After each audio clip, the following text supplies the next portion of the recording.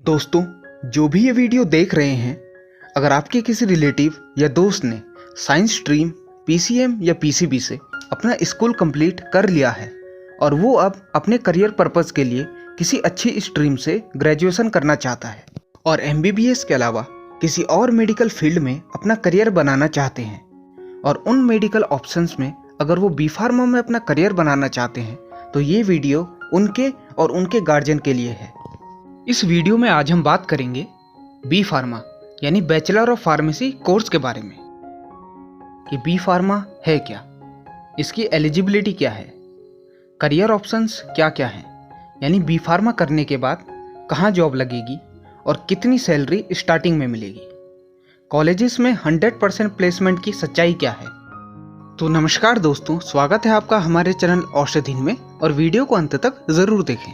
दोस्तों, इंडिया में हर साल हजारों बच्चे बी फार्मा में एडमिशन लेते हैं और उनमें से 70% स्टूडेंट्स को और उनके गार्जियंस को इस कोर्स के बारे में काफ़ी कम नॉलेज होती है। इस कोर्स को पूरा करने के बाद उन्हें कहाँ और किस जगह जॉब मिलेगी, कौन सी पोजीशन उन्हें मिलेगी, स्टार्टिंग सैलरी कितनी होगी, वर्कलोड कैसा रहेगा और वर्किंग टाइमिंग्स क्या क्या रहेगी। क्योंकि वो स्टूडेंट्स किसी इनडायरेक्ट सोर्स के थ्रू बी फार्मा में एडमिशन लेते हैं, इसलिए उन्हें इसके बारे में काफ़ी कम नॉलेज होती है और 30% स्टूडेंट्स को बी फार्मा के करियर स्कोप के बारे में काफ़ी कुछ या यूँ कहें कि सब कुछ पता होता है, क्योंकि इन्होंने बी फार्मा में एडमिशन किसी डायरेक्ट सोर्स के थ्रू लिया होता है। डायरेक्ट सोर्स से मेरा मतलब है इन स्टूडेंट्स के अपने ही गार्जियन बी फार्मा करके किसी इंडस्ट्री में ऊंचे पद पे होते हैं या इनका कोई खास दोस्त या रिश्तेदार बी फार्मा करके कोई अच्छी सी जॉब कर रहा होता है, तो ये उनसे इस कोर्स के बारे में काफ़ी कुछ जान लेते हैं। दोस्तों, ये वीडियो उन 70% स्टूडेंट्स और उनके गार्जियंस या वो स्टूडेंट्स जो बी फार्मा कोर्स करके अपना करियर बनाना चाहते हैं मगर इस कोर्स और इसके करियर अपॉर्चुनिटीज़ के बारे में ज़्यादा नहीं जानते, उन लोगों के लिए है। तो दोस्तों, पहले जानते हैं कि बी फार्मा आखिर है क्या। बी फार्मा का पूरा नाम बैचलर ऑफ फार्मेसी है। ये 4 साल का डिग्री ग्रेजुएशन कोर्स है। मुख्य रूप से इस कोर्स में बीमारियां, डिसऑर्डर्स और दवाइयों के बारे में पढ़ाया जाता है। बेसिकली ज़्यादा इम्पोर्टेंस दवाइयों को दी जाती है। दवाइयों के बारे में कई और काफ़ी सारी चीज़ें बताई जाती है, जैसे दवाई बनती कैसे है, कहाँ बनती है, किस मेथड से बनती है, शरीर पे कैसे असर करती है, साइड इफ़ेक्ट्स क्या होते हैं और कई सारी चीज़ें बताई जाती है, या यूँ कहे कि दवाइयों के बारे में सब कुछ ही बता दिया जाता है। मुख्य रूप से ये कोर्स इंडस्ट्रियल बेस्ड है, यानी कि इंडस्ट्रीज़ पे ज़्यादा फोकस किया गया है, यानी कि दवाइयाँ इंडस्ट्रीज़ में कैसे बनती है, किन किन मेथडों से बनती है, कौन कौन सी मशीनें होती है, ये सब चीज़ें बताई जाती है। इस कोर्स को मुख्य रूप से इंडस्ट्रीज़ को देखते हुए ही बनाया गया है। अगर आप लोग ये सोचते हो इस कोर्स में आपको डिस्पेंसिंग यानी कि दवाइयों का वितरण सिखाया जाएगा, तो आप गलत हो। डिस्पेंसिंग आपको डी फार्म में सिखाई जाती है, इंडस्ट्रियल प्रैक्टिस आपको बी फार्म में दी जाती है और हॉस्पिटल जो प्रैक्टिस है वो आपको फार्म डी में दी जाती है। डी फार्म और फार्म डी के बारे में भी एक अलग से वीडियो बनाई जाएगी, उसे भी आप लोग देखिएगा। उसे देखने के लिए आप बस इस चैनल को सब्सक्राइब कर दें और बेल आइकन को भी दबा दें। चलिए अब आगे बढ़ते हैं। अब बात करते हैं कि इसकी एलिजिबिलिटी क्या है, यानी कि बी फार्मा में एडमिशन लेने के लिए आपके पास क्या क्या योग्यताएँ होनी चाहिए। और वो मुख्य योग्यताएँ हैं साइंस की कोई भी स्ट्रीम, पीसीएम या पीसीबी जिसमें इंग्लिश भी एक इम्पॉर्टेंट सब्जेक्ट हो, उसमें कम से कम 50% मार्क्स से आप 12वीं पास होनी चाहिए। 12वीं पास के बाद अगर आप डायरेक्ट बी फार्मा में एडमिशन लेते हैं तो आपका ये कोर्स 4 साल के लिए होगा, और अगर आप डी फार्मा करने के बाद बी फार्मा में एडमिशन लेते हो तो आपको लेटरल एंट्री यानी कि सेकेंड ईयर में एडमिशन मिलेगा और आपका ये कोर्स 3 साल के लिए वैलिड हो जाएगा। अब बात करते हैं सबसे मुख्य चीज़ के बारे में, यानी कि बी फार्मा करने के बाद कहाँ जॉब लगेगी और स्टार्टिंग सैलरी क्या होगी। तो दोस्तों, सबसे पहले बात करते हैं इंडस्ट्रियल सेक्टर के बारे में। दोस्तों, फार्मा इंडस्ट्री के अंदर आप इन 4 एरियाज़ में कहीं भी जॉब कर सकते हो। वो 4 एरिया हैं, पहला वेयरहाउस, दूसरा प्रोडक्शन एरिया, तीसरा क्यूए, चौथा क्यूसी एरिया। सबसे पहला एरिया है वेयरहाउस। दोस्तों, वेयरहाउस का मतलब होता है स्टोर। आपको वेयर हाउस में एज अ ऑफिसर या एग्जीक्यूटिव अपॉइंट किया जाता है, लेकिन दोस्तों ज़्यादातर चांस होते हैं कि आपको ऑफिसर अपॉइंट किया जाए, क्योंकि एग्जीक्यूटिव आपको एमफार्म करने के बाद ही अपॉइंट किया जाएगा। दोस्तों वेयर हाउस के अंदर भी दो डिपार्टमेंट होते हैं, एक होता है फिनिश गुड और एक होता है रॉ मटेरियल। आपको इनमें से कहीं भी अपॉइंट कर सकते हैं और आपका जो जॉब रोल होगा सीधी सीधी भाषा में वो ये होगा कि जितनी भी डिमांड आपको आएगी, जैसे प्रोडक्शन से आपको कुछ डिमांड आई कि इतना रॉ मटेरियल उन्हें चाहिए, तो आप स्टोर में देखोगे कि वो रॉ मटेरियल आपके पास अवेलेबल है या नहीं, उतना मटेरियल आप उनको दोगे, फिर अपनी रिपोर्ट बनाओगे कि कितना रॉ मटेरियल यहाँ पे था और कितना हमने वहाँ पे दे दिया। दोस्तों कुल मिला के बात यह है कि कितना मटेरियल वेयर हाउस में आ रहा है और कितना बाहर जा रहा है, इन सब की डिटेल रिपोर्ट आपको बना के देनी होगी। अगर मैं स्टार्टिंग इन हैंड सैलरी की बात करूं तो 8,000 से स्टार्टिंग होती है। ये हर कंपनी के हिसाब से अलग अलग हो सकती है और हर एरिया, शहर और लोकेशन के हिसाब से अलग अलग हो सकती है। अब बात करते हैं इंडस्ट्री के दूसरे एरिया यानी कि इसके कोर एरिया की तरफ, जो है प्रोडक्शन। दोस्तों प्रोडक्शन एरिया में दवाइयों की मैन्युफैक्चरिंग यानी उनका निर्माण होता है।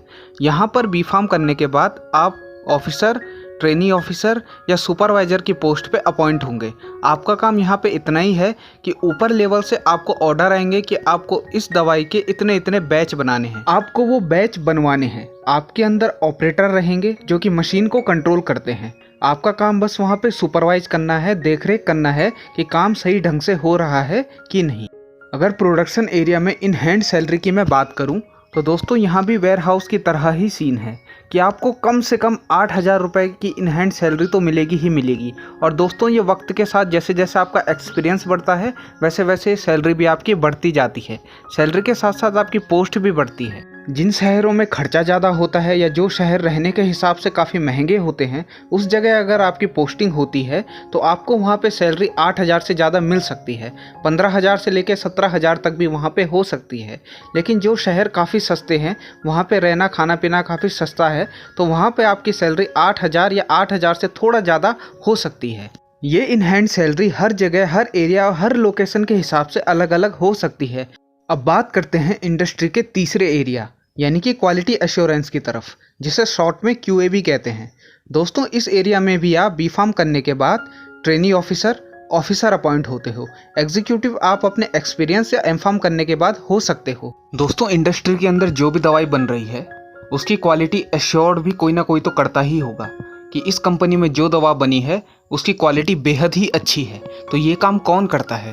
दोस्तों वो काम होता है क्वालिटी एश्योरेंस वालों का।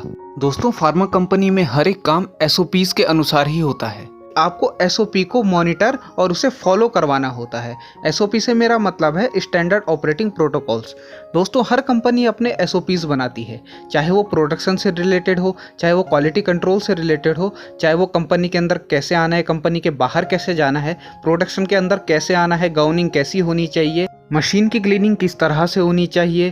दोस्तों कई लोगों की जॉब तो सिर्फ इस वजह से चली जाती है कि वो SOP को फॉलो नहीं कर पाते और QA का काम यहाँ पे बहुत जटिल होता है। दोस्तों QA का काम दरअसल आप ये समझिए कि वो एज ए इंस्पेक्टर है, वो हर तरह से रूल एंड रेगुलेशन को फॉलो कराने के लिए प्रतिबद्ध होते हैं। इन हैंड स्टार्टिंग सैलरी भी QA में सेम एज ए प्रोडक्शन और वेयर हाउस की तरह ही है। इसमें भी डिफरेंट एरियाज, लोकेशन और शहरों के हिसाब से सैलरी डिसाइडेड होती है, लेकिन 8,000 मिनिमम आपको किसी भी कंपनी में मिल ही जाती है एज ए बीफार्म करने के बाद।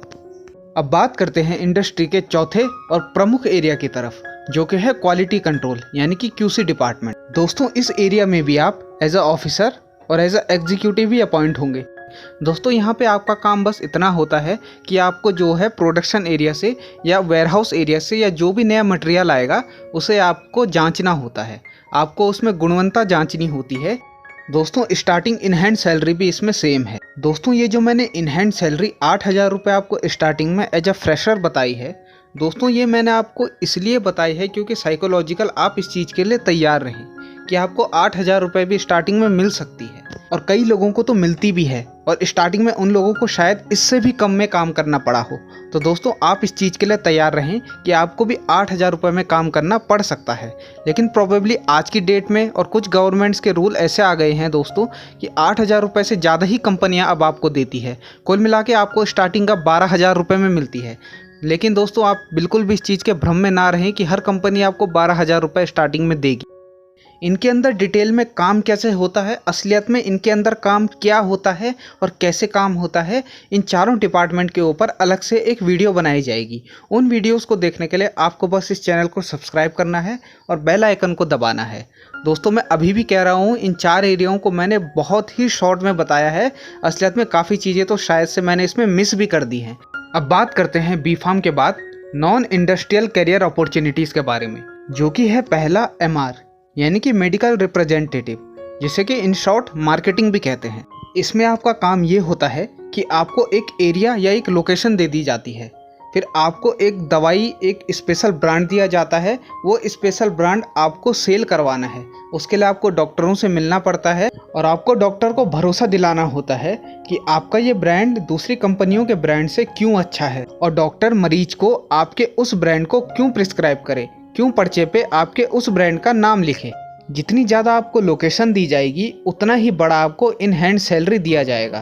दोस्तों अगर आपको काफ़ी बड़ा एरिया दिया जाता है तो 25 से लेकर 40,000 रुपये तक की आपकी इन हैंड सैलरी होती है। अब बात करते हैं एकेडमिक्स की। तो दोस्तों बी फार्म करने के बाद आप डी फार्म वाले स्टूडेंट्स को पढ़ा सकते हैं और इन हैंड सैलरी वहाँ के कॉलेजेस के हिसाब से डिसाइड होती है। अब बात करें गवर्नमेंट जॉब्स की, तो दोस्तों बी फार्म करने के बाद एक मुख्य गवर्नमेंट जॉब होती है और वो होती है ड्रग इंस्पेक्टर की। दोस्तों ड्रग इंस्पेक्टर बनने के लिए आपको पहले तो एग्ज़ाम क्रैक करना पड़ता है, और एग्ज़ाम क्रैक आप तब करोगे जब आप कुछ एलिजिबिलिटी पास करोगे। वो एलिजिबिलिटी है, पहले आपको इंडस्ट्री में एज अ प्रोडक्शन एरिया में C1 C2 में काम करना होता है। दोस्तों C1 C2 के अलावा आपको पेरेंट्रल में भी कुछ स्पेसिफिक टाइम के लिए काम करना होता है। अब बात करते हैं बिजनेस के बारे में। दोस्तों बी फार्म करने के बाद आपको लाइसेंस मिलता है। आप उससे अपना ड्रग स्टोर या बोले तो सीधा मेडिकल स्टोर खोल सकते हो। आप स्टॉकिस्ट भी बन सकते हो, डिस्ट्रीब्यूटर का काम भी डाल सकते हो। और दोस्तों इसमें सैलरी नहीं होती, इसमें प्रॉफिट होता है। और दोस्तों प्रॉफिट कितना भी हो सकता है, कभी नहीं भी हो सकता है, वो डिपेंड करता है कि आपकी बिजनेस कैसा चल रहा है। अब बात करते हैं कॉलेजेस के 100% प्लेसमेंट की सच्चाई के बारे में। दोस्तों आप कई बार कॉलेजेस की होल्डिंग्स या उनके ब्रोचर पे देखते हो कि उन्होंने लिखा होता है कि 100% प्लेसमेंट। तो दोस्तों असलियत में 100% प्लेसमेंट होता क्या है? दोस्तों ये 100% प्लेसमेंट की मेरी अपनी थ्योरी है। दोस्तों मुझे ऐसा लगता है कि आप लोग भी शायद यही सोचते होंगे कि अगर किसी साल में या किसी कोर्स में एडमिशन अगर 100 बच्चों का हुआ है तो 100% प्लेसमेंट का मतलब होता है कि कॉलेज उन 100 के 100 बच्चों का प्लेसमेंट किसी फार्मा कंपनी में करा देता है। तो दोस्तों ऐसा पॉसिबल नहीं है। दोस्तों कोई भी एक कंपनी 100 के 100 बच्चों को नहीं ले जाती, या यूं कहें कि अगर किसी साल किसी कॉलेज का दिन अच्छा रहा और वहां ज़्यादा कंपनी आ गई तो वो भी ज़्यादा से ज़्यादा 25 से या 40 बच्चों को ही प्लेस करवा पाती है, तो बाकी के 60 कहाँ जाएंगे? तो यहाँ पे तो 100% प्लेसमेंट की थ्योरी फेल हो गई।